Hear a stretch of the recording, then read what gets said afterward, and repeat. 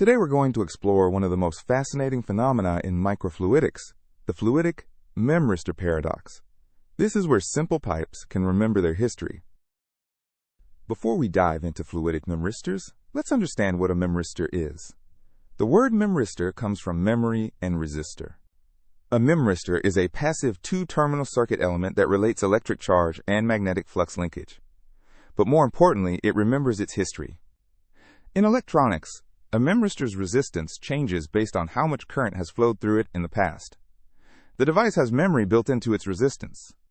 When current flows through a memristor, it can switch from a low resistance state to a high resistance state. The history of current flow determines which state it's in.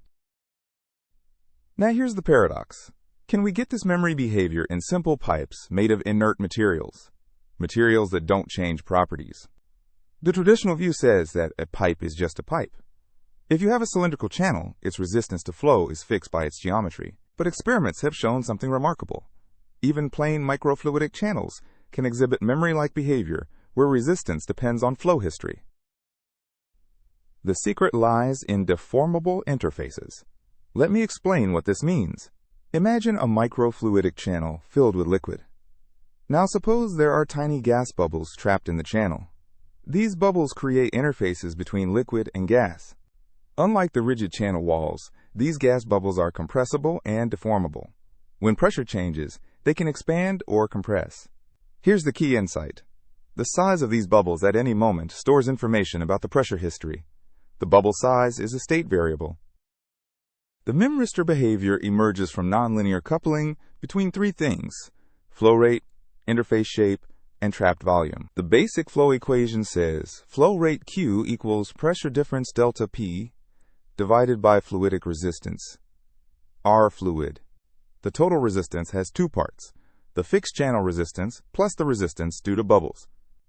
But here's where it gets interesting. The bubble resistance depends on bubble volume, which itself changes with pressure. The rate of change of bubble volume depends on both the flow rate Q and the pressure P. This creates a nonlinear feedback loop. Let me ask a question. Why is this coupling nonlinear? Because the flow Q depends on pressure, but the pressure also depends on how the bubbles change volume, which depends on the flow. The answer is circular feedback. Flow affects bubble size affects resistance affects pressure, and pressure affects flow. This closed loop creates nonlinearity. Let's write down a more precise mathematical model. We need to identify the state variable that stores memory. The state variable x is the total volume of trapped gas bubbles in the system. The fluidic resistance R equals a baseline resistance R0 plus a term alpha of x that depends on the bubble volume. The state variable x changes according to some function f that depends on flow Q, pressure P, and the current state x its. This is exactly the mathematical definition of a memristor. Resistance depends on a state variable, and that state variable evolves based on the flow through the system. Now let's look at how this was actually demonstrated in experiments. Researchers fabricated microfluidic channels with characteristic dimensions around 100 micrometers. They intentionally trapped air bubbles at specific locations in the channel. The channel width was approximately 100 micrometers. At this scale, surface tension and capillary effects become very important. Bubbles were trapped using either geometric features like small cavities, or by surface treatment that creates pinning sites for the gas-liquid interface. Let's work through a numerical example to see how the numbers actually work out. Suppose we have a channel that's 1 centimeter long and 100 micrometers wide. Let's calculate the baseline resistance. For a cylindrical channel, the Hagen-Poiseuille equation says resistance equals 8 times viscosity, mu, times length L, divided by pi times radius to the 4th power. For water at room temperature, the viscosity is about 0.001 Pascal seconds. Length is 0.01 meters, and radius is 50 times 10 to the negative 6 meters, which is 50 micrometers. Plugging in the numbers, we get 8 times 0.001 times 0.01 divided by pi times the radius to the 4th. This gives us a baseline resistance of approximately 4.1 times 10 to the 12 Pascal seconds per cubic meter. Now let's see what happens when we add trapped bubbles to this channel. When a bubble is compressed, it takes up less volume in the channel, which can actually change the effective cross-sectional area available for flow. The bubble volume follows the ideal gas law. Volume equals nRT divided by pressure P, where N is moles of gas, R is the gas constant, and T is temperature. When you increase pressure, the bubbles compress according to the ideal gas law. This reduces how much they block the channel. When pressure drops, bubbles expand and block more of the channel cross-section, increasing resistance. Now here's where the memory comes in. If you cycle the pressure up and down, you get hysteresis. If you plot flow rate versus pressure, you don't get a straight line, you get a loop. The path going up is different from the path going down. When you increase pressure, bubbles compress, resistance decreases, and for a given pressure you get more flow. When you decrease pressure, bubbles expand, resistance increases, and you get less flow for the same pressure. The key point is that the system remembers which direction you came from. The current state depends on the history of pressure changes. We can quantify this memory behavior using the memristive function. The memristive m is defined as the derivative of pressure with respect to flow rate. It's the slope of the pressure versus flow curve. The memristive can be written as m0 plus beta times the difference between current state x and initial state x0. The parameter beta quantifies how strongly the state variable affects the resistance. Larger beta means stronger memory effect.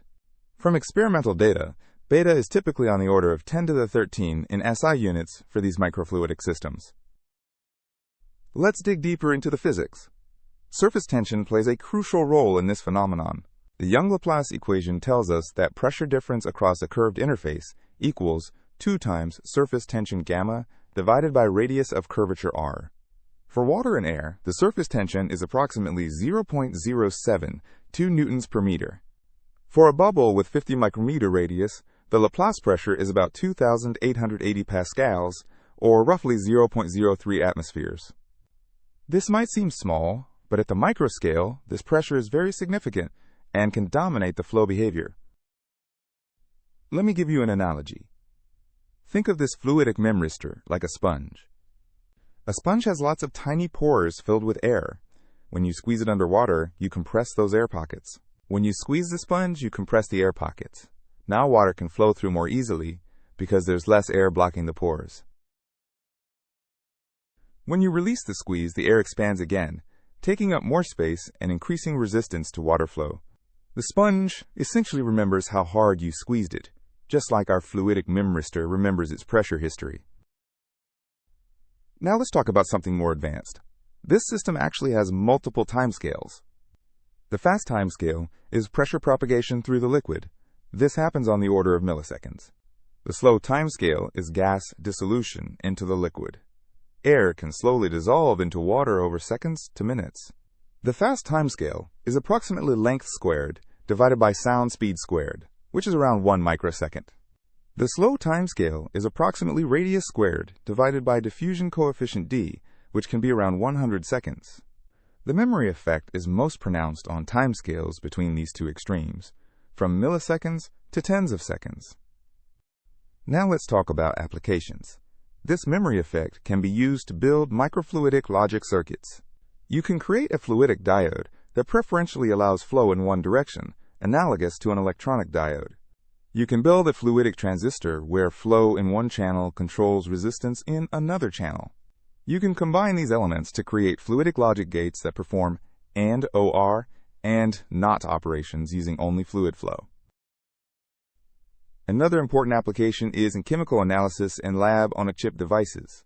The memory effect allows precise timing and sequencing of chemical reactions without external electronic control. You can create self-regulated microfluidic circuits that automatically adjust flow rates based on internal conditions. Let me ask, why is this better than using mechanical valves? Because this is a passive element with no moving parts. The answer is that memristive elements have no moving parts, making them more reliable and much easier to fabricate at the microscale. Now let's discuss some challenges and limitations of fluidic memristors. First, these systems are sensitive to contamination. Any particles or surfactants in the liquid can affect interface behavior. Second, Performance depends strongly on temperature because both viscosity and surface tension are temperature dependent.